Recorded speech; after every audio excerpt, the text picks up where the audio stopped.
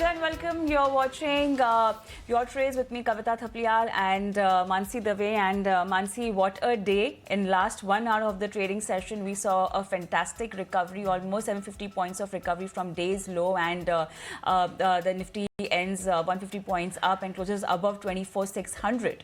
Absolutely, Kavita, that's right. No matter how harsh the tariff announcements come in, Indian markets and Indian government was absolutely facing it boldly, rationally, and with all the consideration. From the government, from the Prime Minister, there were takes coming in, constant reactions coming in, and all of it was witnessed and impacted on the markets also. Yes, it was a challenging day for the market, but at the same time, the last hour of trade was surprising and quite interesting. 24,596 to be precise. We did see 24,632 levels on the upside and then did settle on those levels, on those lines itself. Bank Nifty was also trying to perform, but if we compare the benchmarks with the broader markets were outperforming. The last hour recovery in mid-cap and small-cap was commendable at the same time. Let's quickly take a look at the top news of the day. Yes, there was a swift recovery in the market and we did shrug off tariff jitters.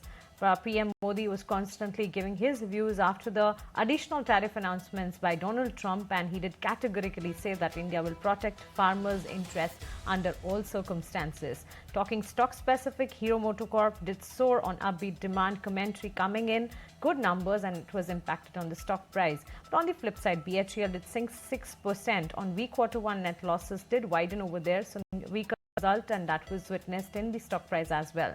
Lupin was on fire. Management did 20 to 30% outperformance, and that was reflected in the stock price.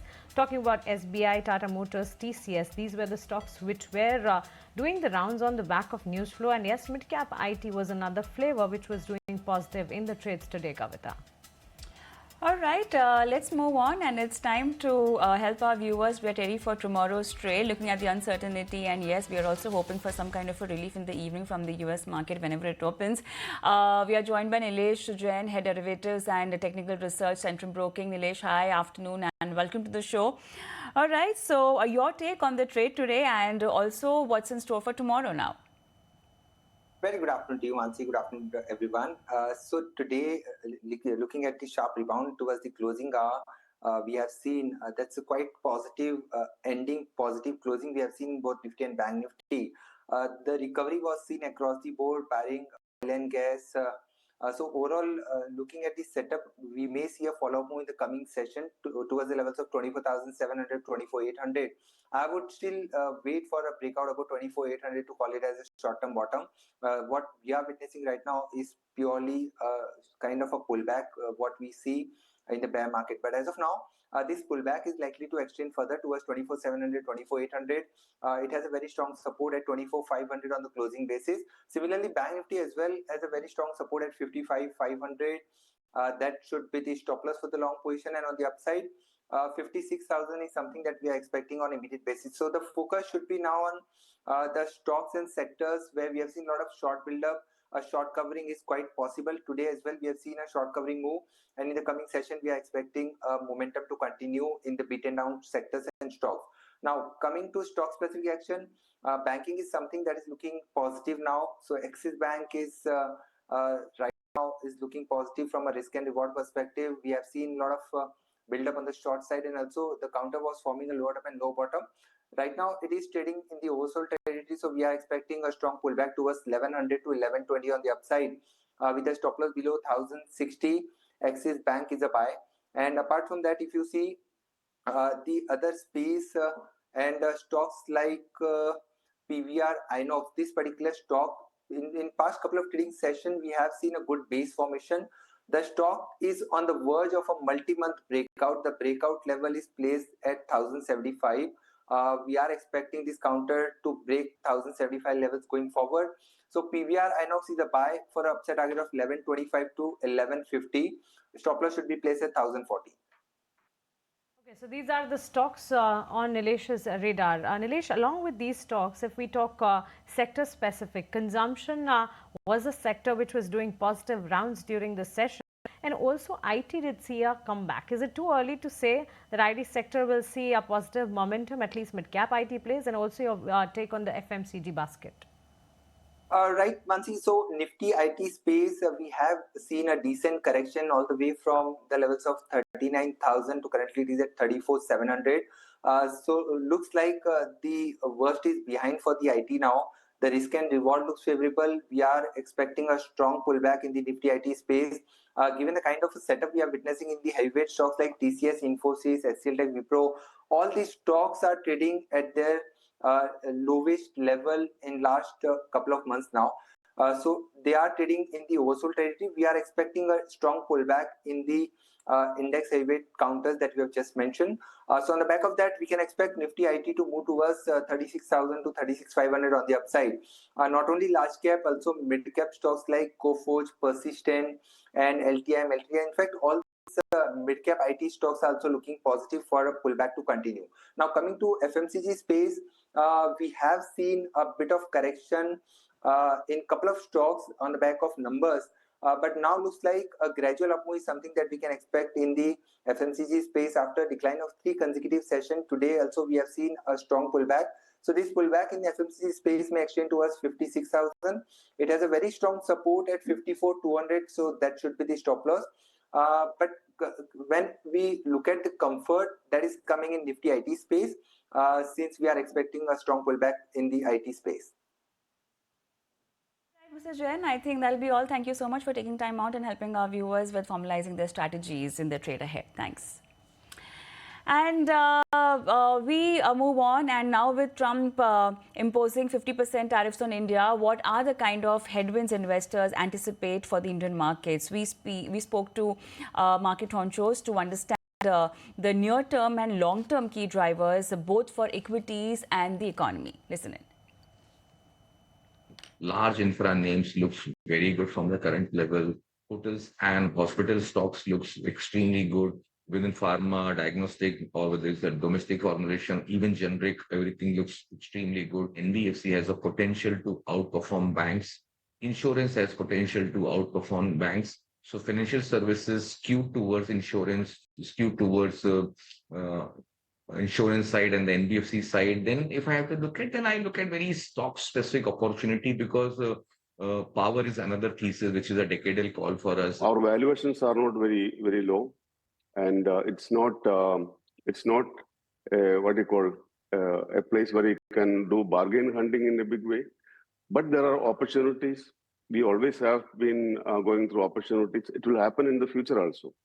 There are pockets of opportunities. I'm hoping to see a stronger domestic demand during the festival season, and that might help the market. So, that's what my hope is. Outside the finance sector, maybe there is domestic healthcare, which looks okay. Some of the other domestic consumption stocks look okay. I think there are a smattering of them from a sector perspective, but I think on a bottom-up basis, you have a lot of opportunities. Market flows also give you some sense that FIs could have oversold if you look at the F&O positions right now. So perhaps could there be a near-term small bounce? Who knows? But possibly the trend has shown that in the past. But we maintain that next 6 to 9 months, large caps over mid caps and small caps. That's number one. We continue to maintain that it's a stock pickers market, very difficult to find complete sector level trends. And hence, this is how leading institutional investors should navigate the market. India story amid global jitters. View coming in from the Vice. Moving ahead, Hero MotoCorp was the stock of the day after soaring over 5% on the back of optimistic demand outlook and comments on EV market share. Shrishti joins in with the con call highlights. Over to you, Shrishti. So, well, yes, Hero MotoCorp did come out with a decent set of earnings, and like we have been flagging off, it's the margin that was really impressive. 14.4% is what the company has clocked in versus the street estimate of 14%, and the recent trigger remains the kind of market share that the company has gained in their electric portfolio. But for today, a 4% intraday move is what we have seen, but that was backed by a strong management commentary on demand, on EV, as well as on the export outlook. Firstly, with respect to the demand, the company, or rather the management, is hopeful that going ahead, the demand is anticipated to recover to 6 to 7% growth by the festive season is what they are penciling in, and they expect the margins to be range bound between 14 to 16%. Of course, given the kind of jump that we have seen in the commodity prices, they do feel that the margins could be at the lower end of this particular range, but going ahead, 16% is the target that Hero MotoCorp has set. On the export side, as we know that Hero MotoCorp don't have a big exposure to the export market and the overseas market, they are looking forward to 10 to 12 priority markets right now, and they expect a 40% jump in their export in this fiscal year itself. But do remember, this will come on a back of a low base. Along with that, on the electric two-wheeler side, the management is been flagging off the kind of market share that they have already gained. But interestingly, they do say on the rare earth magnet issue, the supply remains stable in the Q1, and Hero is adequately covered for Q2 across both ICE as well as EV segments. So on the back of a very strong management commentary, the stock had a good day today. All right, that was all about Hero Moto. But then let's talk about Trent. Trent reported strong set of earnings. Profit, EBITDA and margins came in higher with than analyst expectations. Talking about revenue, that too saw a near 20% growth in line with estimates. Our colleague Snehi joins in with the management commentary and brokerage verdict. Snehi.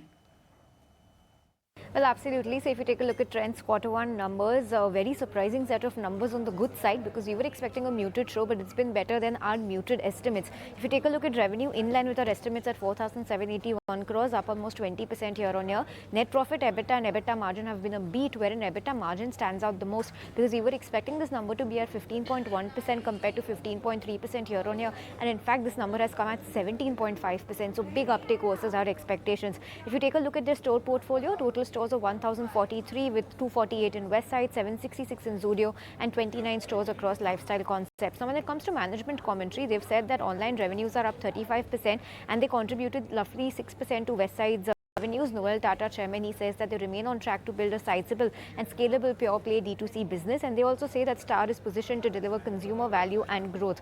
If you take a look at what brokerages have made of these earnings, lowest target price coming in from Ambit, wherein they've maintained their sell rating but hiked the target price to 4,789 rupees per share. This is still the lowest target price by a brokerage post the Q1 earnings. On the flip side, highest price from Macquarie, maintain outperform rating, target price at 7,200. Now, for the remaining brokerages, while stances have been maintained, it's either been a hike or a cut in target price. So the verdict is out on that, and it's a mixed view coming in, other than the fact that Avendus has downgraded the stock to reduce from add and also cut the target price to 5,000 from 5,650. So that's the brokerage roundup on Trent, and all in all, good set of numbers coming in from Trent for Q1. All right, Snehi, thank you so much for all of the take on Trent and the brokerage reports as well. Moving ahead, as the potential 250% pharma tariff threats loom, we caught up with Vinita Gupta, CEO Lupin, to know what will be the impact of this to the company. Is there any plans to shift production there if need be? Listen in to what she said. We have yet to see what the impact is going to be. I mean, on pharmaceuticals, we're waiting for the outcome of the investigations on 232, and based on that tariff that is rolled out, and as part of the mitigating strategies, we certainly are looking at potentially transferring products into a New Jersey facility as well as our Coral Springs facility where we can, where it makes sense. But otherwise, looking at potentially offsetting some of the cost increase where we can. And, where there are margin pressures, obviously we'll have to make a hard decision. Okay, so that's the take coming in from the management of Lupin. Moving ahead, let's talk to Rabinder and understand what were the stocks and news on the exchanges today. Rabinder, what were the stocks doing rounds on the exchanges? Well as GNFC is in focus in today's trading session, where company has announced the Q1 number, and company's revenue saw a downtick of more than 22% quarter-on-quarter basis. And if we talk about PAT, then PAT also saw a downtick of more than 60% on a sequential basis. And if we talk about EBITDA margin, then company's EBITDA margin has dropped from 11.7% in Q4 FY25 to 1.9% in Q1 FY26. So on a Q1Q basis, so back of the weak Q1 number, GNFC is in focus. Apart from this, BHEL is also in focus in today's trading session, where company's revenue was flat at 5,487 crore, and company's net loss increased from 211 crore to 456 crore. So back of the weak Q1 number, BHEL is also in focus. Moving to next, Britannia Industry were also in focus in today's trading session, where Kotak Institutional Security Equities has come out with a note, and they have maintained their ad with target was rupees 5,700. They say that the Britannia is well placed to deliver steady revenue growth with some improvement in the margin in going forward. Moving to next, Blue Star is also in focus on the back of the positive management commentary, where management in the con call said that they estimate that the market share has slightly improved above 14%, and they remain confident in the outlook for the rest of the year and expect to close FY26 with a reasonable growth. So back of the positive management commentary, Blue Star were also in focus. Okay, Ravinder, thanks for all of those details. Moving ahead, Tata Motors may be starting at a glum quarter with subdued sales and declining margins. Tariff pressure and JLR demand would be key monitorables to watch out for. Shrishti is here with more on what the street is penciling in from the auto major this quarter. Shrishti, over to you.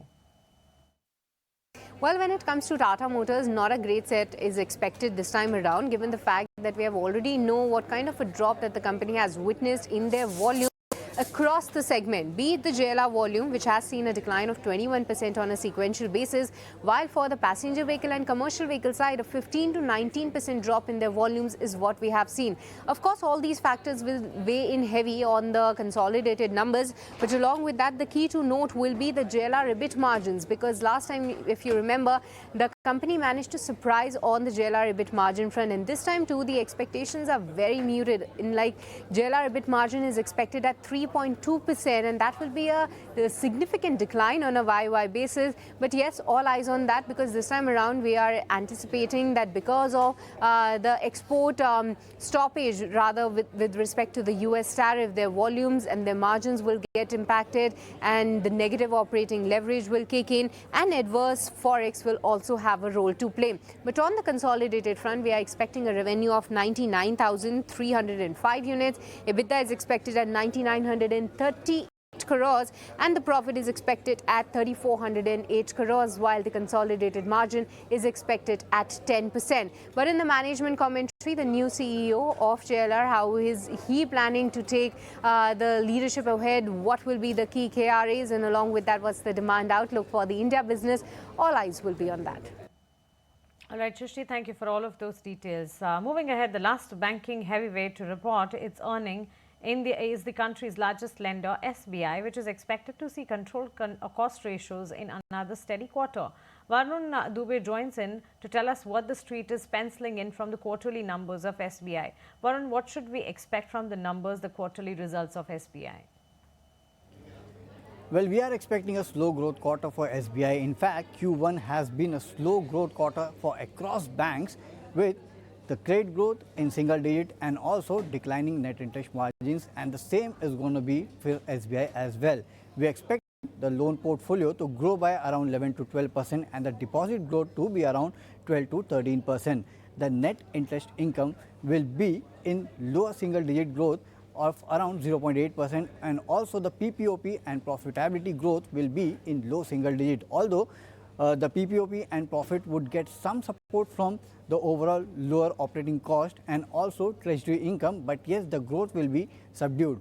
Looking at the NPA numbers, we are expecting the gross NPA and net NPA numbers to be stable, but yes, the overall slippages, they are expected to increase on a quarter-on-quarter basis, especially because of agri loans. Also, if you look at the net interest margin, we are expecting the net interest margin to decline by around 10 to 20 basis points. So it's going to be a subdued quarter for SBI, especially if you look at the overall growth, it is going to be a low single digit growth quarter for SBI as well.